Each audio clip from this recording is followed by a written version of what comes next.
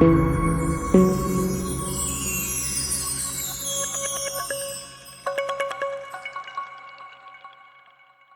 journey begins in 1947, when Iran first opposed the UN partition plan for Palestine and Israel's subsequent admission to the UN. This was a time of ambivalence, a period marked by Iran's reluctance to accept the creation of a Jewish state on Palestinian land.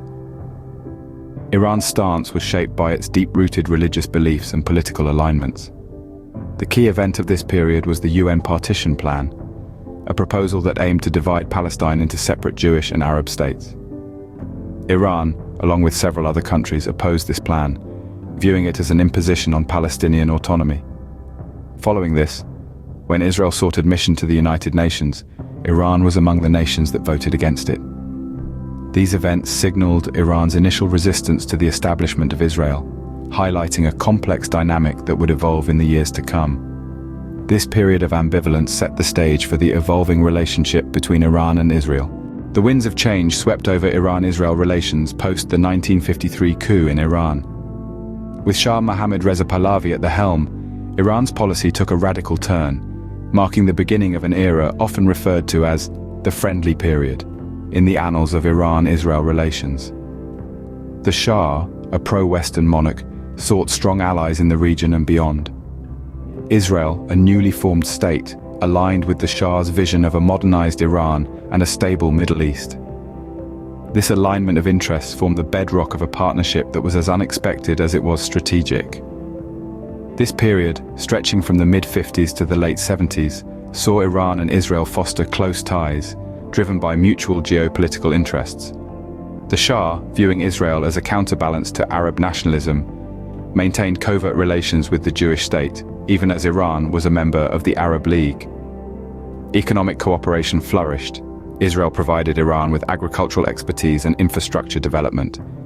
Iran, in return, supplied Israel with a significant portion of its oil needs. This symbiosis was a testament to their deepening ties. Moreover, the two nations found common ground on security matters. They collaborated on intelligence sharing, military training, and weapons development. The Six-Day War of 1967 further solidified this bond, with Iran refusing to join the Arab states against Israel, much to the chagrin of its Arab League counterparts. However, this alliance was not without its controversies. The Shah's pro-Israel stance was met with criticism, both at home and abroad.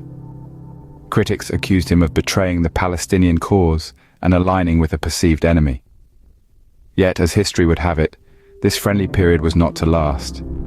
The tides were about to turn, setting the stage for a tumultuous chapter in Iran-Israel relations. The 1979 Islamic Revolution in Iran marked a dramatic turn in the Iran-Israel relationship.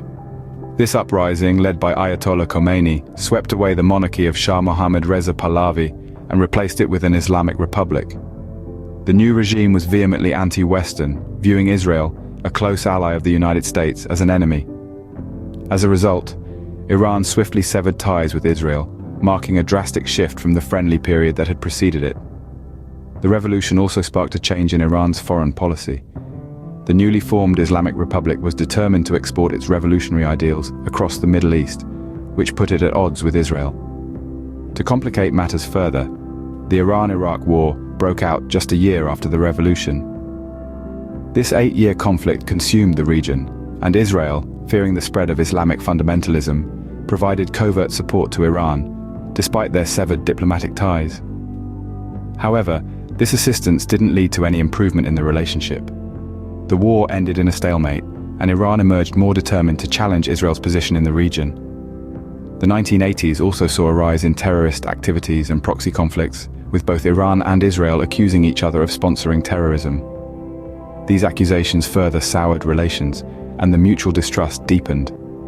Towards the end of this period, Iran's supreme leader Ayatollah Khomeini called for an international day of protest against Israel, marking the last Friday of Ramadan as Quds Day. This move further entrenched the animosity between the two nations and served to highlight the ideological divide that now separated them. This period marked the beginning of a severe downturn in relations, leading us into an era of open hostility. The 1980s laid the groundwork for the deep-seated tensions that would continue to shape Iran-Israel relations in the decades to come. pushing the two nations further apart and setting the stage for the conflicts we see today. The end of the Gulf War marked the start of an era of open hostility between Iran and Israel.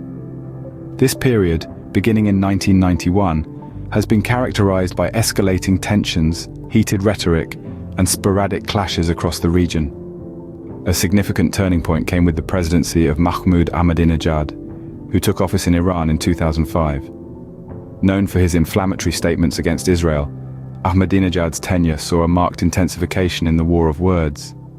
He infamously called for Israel to be wiped off the map, a phrase that resonated across the globe, heightening concerns about a potential military conflict. But the rhetoric was not the only area of concern. The nuclear issue also loomed large. Iran's pursuit of nuclear technology, while it claimed to be for peaceful purposes, was seen by Israel as a direct existential threat.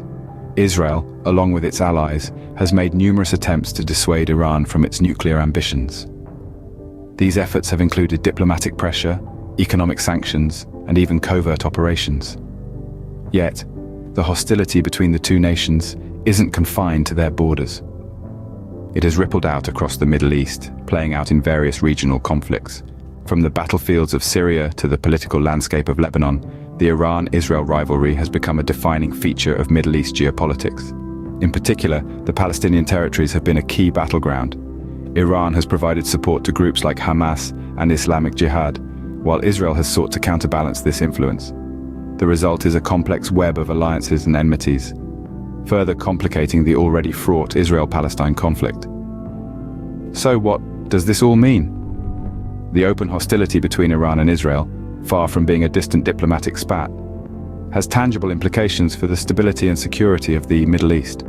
It's a rivalry that has shaped and continues to shape the region's political, military, and social dynamics. Today, the open hostility continues, with the Iran-Israel rivalry shaping the geopolitical landscape of the Middle East. Beyond direct confrontations, Iran and Israel's rivalry plays out through proxies in Lebanon, Syria, and the Palestinian territories. This complex web of alliances and animosities is a key feature of the Middle Eastern geopolitical landscape. In Lebanon, the Shiite militant group Hezbollah stands as a significant actor in this proxy war. Formed in the early 1980s with Iranian backing, Hezbollah has evolved into a formidable military and political force. It has launched numerous attacks against Israel, including the infamous 1992 bombing of the Israeli embassy in Buenos Aires. Turning to Palestine, we find Hamas, another key player. This Sunni Islamist group, despite its sectarian differences with Shia-majority Iran, has found common ground in its opposition to Israel. Iran has provided Hamas with financial aid, weapons, and training, enabling the group to control the Gaza Strip and wage a long-standing conflict against Israel. In Syria, the civil war provided a fertile ground for proxy conflicts. Iran has supported the Assad regime, providing military aid and deploying the Quds Force, an elite unit of the Iranian Revolutionary Guard. Israel, on the other hand, has launched multiple airstrikes to thwart Iran's ambitions in Syria, aiming to prevent a permanent Iranian military presence on its doorstep. These proxy conflicts are not mere sideshows to the main event. They have significant impacts on the ground, affecting the lives of millions.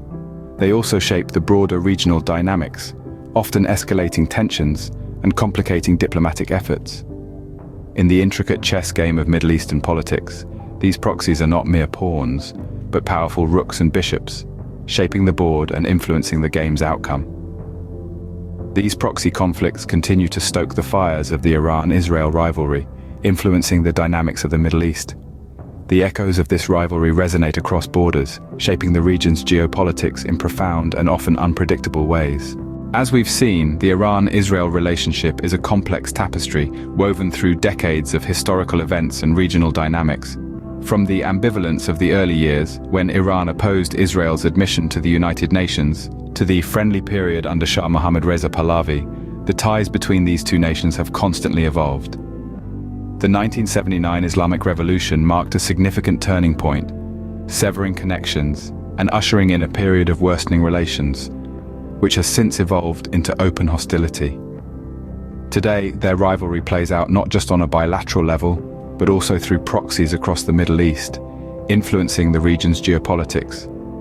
The intricate history of Iran and Israel's relations is key to grasping the current state of affairs in the Middle East, a volatile and complex region of the world. Thank you for joining us on this journey through the history of Iran-Israel relations. For more historical insights, subscribe to our channel.